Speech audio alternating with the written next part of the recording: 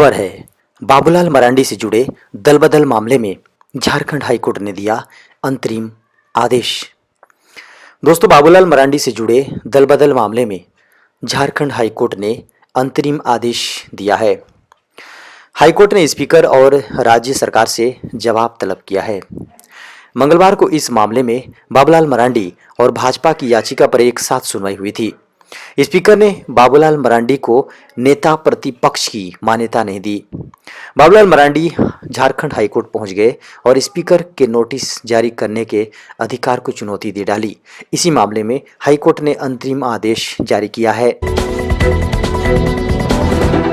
दोस्तों, बेहद बड़ी खबर निकल कर आ रही है। झारखंड में गठित होगा पुरुष स्वयं सहायता समूह। जी हाँ दोस्तों, झारखंड के मुख्यमंत्री श्री हेमंत सोरेन ने पुरुषों के कल्याण के लिए महिला स्वयं सहायता समूह की तर्ज पर पुरुष स्वयं सहायता समूह गठित करने का निर्देश दिया है। विभाग द्वारा चलाए जा रहे स्वावलंबन योजना के तहत पुरुष स्वयं सहायता समूह बनाए जाने पर जोर दिया गया। उन्होंने कहा कि पुरुष स्वयं सहायता समूह का गठन कर युवाओं को भी रोजगार से जोड़ना जरूरी है। खबर है, सुप्रीम कोर्ट में 11 जनवरी को होगी छठी जेपीएससी परीक्षा मामले में सुनवाई। दोस्तों, छठी जेपीएससी परीक्षा में गड़बड़ी को लेकर सुप्रीम कोर्ट में दाखिल एसएलपी में सुप्रीम कोर्ट में 11 जनवरी को सुनवाई होगी। जेपीएससी द्वारा रिजल्ट जारी करने में जेपीएससी पर गड़बड़ी करने के मामले में सुप्रीम कोर्ट में एसएलपी दाखिल किया गया है। इसमें कहा गया है कि पेपर 1 की परीक्षा के अंक को जोड़कर मेरिट लिस्ट तैयार की गई है, जबकि नियमानुसार इस पेपर में सिर्फ क्वालिफाइंग अंक लाना था, जिसके कारण कई अभ्यर्थी मेरिट लिस्ट से बाहर हो गए हैं। आपको बता दें कि इस मामले को लेकर प्रार्थियों ने झारखंड हाईकोर्ट में भी याचिका दाखिल कर छठी जेपीएससी की परीक्षा में रोक लगाने का आग्रह किया था, लेकिन हाईकोर्ट ने रोक लगाने से इनकार कर दिया है। सुप्रीम कोर्ट में इस याचिका पर 11 जनवरी को सुनवाई तय की गई है। खबर है, मुख्यमंत्री श्री हेमंत सोरेन ने दिया निर्देश, रात्रि विश्राम गृहों में दाल भात योजना भी करें शुरू। जी हाँ दोस्तों, बड़ी खबर निकल कर आ रही है। मुख्यमंत्री श्री हेमंत सोरेन ने विभागीय पदाधिकारियों को निर्देश दिया कि शहरों में बने रात्रि विश्राम गृहों में दिन के समय दाल भात योजना भी शुरू करें। दोस्तों, उन्होंने कहा कि दाल भात योजना शुरू होने से रात्रि विश्राम गृह में रहने वाले लोगों को काफ़ी सुविधाएं होंगी।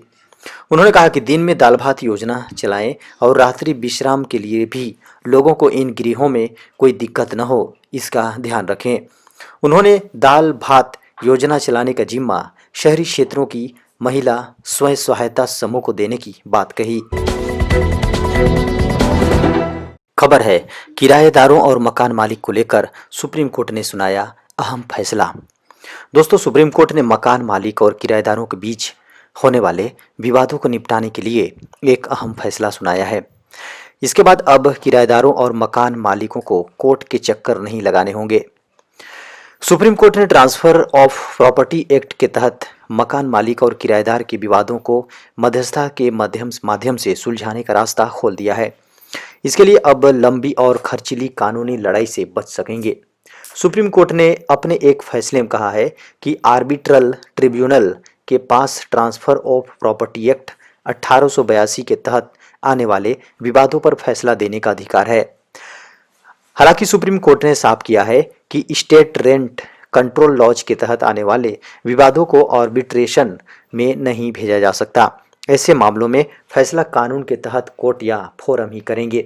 सुप्रीम कोर्ट का फैसला इसलिए महत्वपूर्ण है क्योंकि सरकार पूरे देश में रेंटल हाउसिंग स्कीम पर फोकस कर रही है, वहीं किराएदारों के लिए चीज़ों को आसान बनाया जा रहा है। दोस्तों, बड़ी खबर निकल कर आ रही है, किसानों के लिए खुशखबरी, गोबर से बनाया जाएगा पेंट। दोस्तों, किसानों की आमदनी बढ़ाने और ग्रामीण अर्थव्यवस्था को मजबूत करने के लिए गाय के गोबर से पेंट बनाया जा रहा है। खुद केंद्रीय मंत्री नितिन गडकरी ने इसकी जानकारी दी। उन्होंने बताया कि जल्द ही एक वैदिक पेंट लॉन्च किया जाएगा। इस पेंट में कई खासियत होंगी और इससे ये पेंट न सिर्फ पर्यावरण के लिए ठीक होगा बल्कि देश के किसानों की आमदनी को भी बढ़ाया जाएगा। बताया जा रहा है कि इसे गाय के गोबर के साथ तैयार किया जा रहा है। ऐसे में गाय के गोबर की डिमांड बाजार बढ़ने वाली है। किसे जिसे किसान या गौशाला और ग्रामीणों से सीधे खरीदा जाएगा। इससे किसान गाय को गोबर को बेच सकेंगे, जिससे उन्हें गोबर के भी अच्छे दाम मिलने की उम्मीद है। आपको बता दें कि सरकार ने दावा किया है कि इससे किसान की सालाना आय 55 रुपये तक अतिरिक्त आमदनी होने वाली है। गोबर खरीदने के लिए भी सरकार किसानों से संपर्क करेगी। खबर है 1 जनवरी 2021 से आरबीआई लाने जा रहा है नया सिस्टम, बदल जाएगा चेक पेमेंट का नियम। जी हाँ दोस्तों, भारतीय रिजर्व बैंक 1 जनवरी 2021 से एक नया सिस्टम लाने जा रहा है। इसके तहत बैंकिंग फ्रॉड पर लगाम लगाया जा सकेगा। मीडिया की खबरों को माने तो आरबीआई ने कहा है कि पॉजिटिव पे सिस्टम के तहत चेक के जरिए 50,000 रुपये या उससे अधिक के भुगतान के लिए कुछ जरूरी जानकारियों को दोबारा वेरीफाई किया जाएगा। चेक के जरिए भुगतान होने वाली धोखाधड़ी पर लगाम लगाने के लिए आरबीआई ने यह कदम उठाया है। बता दें कि आरबीआई के पॉजिटिव पे सिस्टम के जरिए फ्रॉड की गतिविधियों की जानकारी मिलेगी और इस सिस्टम को 1 जनवरी 2021 से लागू हो जाएगा। पॉजिटिव पे सिस्टम के जरिए चेक के क्लियर करने से पहले चेक नंबर, खाता संख्या, चेक की तारीख, चेक जारी करने वाले का नाम और राशि समेत अन्य जानकारियों को चेक के साथ मिलान किया जाएगा।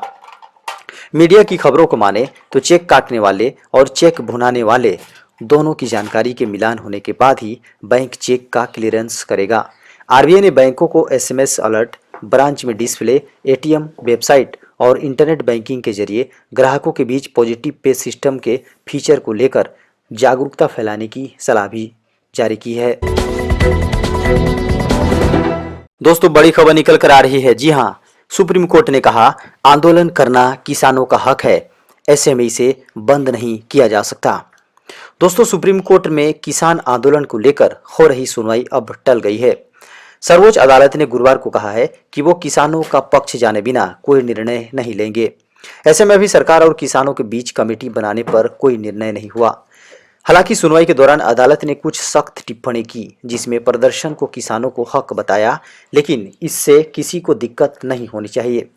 अदालत ने सरकार को सलाह भी दी कि वो कुछ वक्त के लिए कानूनों को होल्ड रखने पर विचार करें। सुप्रीम कोर्ट में सुनवाई के दौरान जब याचिकाकर्ताओं की ओर से प्रदर्शनकारियों को सड़क से हटाने की मांग की गई, तो चीफ जस्टिस ने कहा कि प्रदर्शन करना किसानों का अधिकार है, ऐसे में उसमें कटौती नहीं की जा सकती है। हालांकि इस अधिकार से किसी दूसरे व्यक्ति को दिक्कत ना आए, इस पर विचार हो सकता है।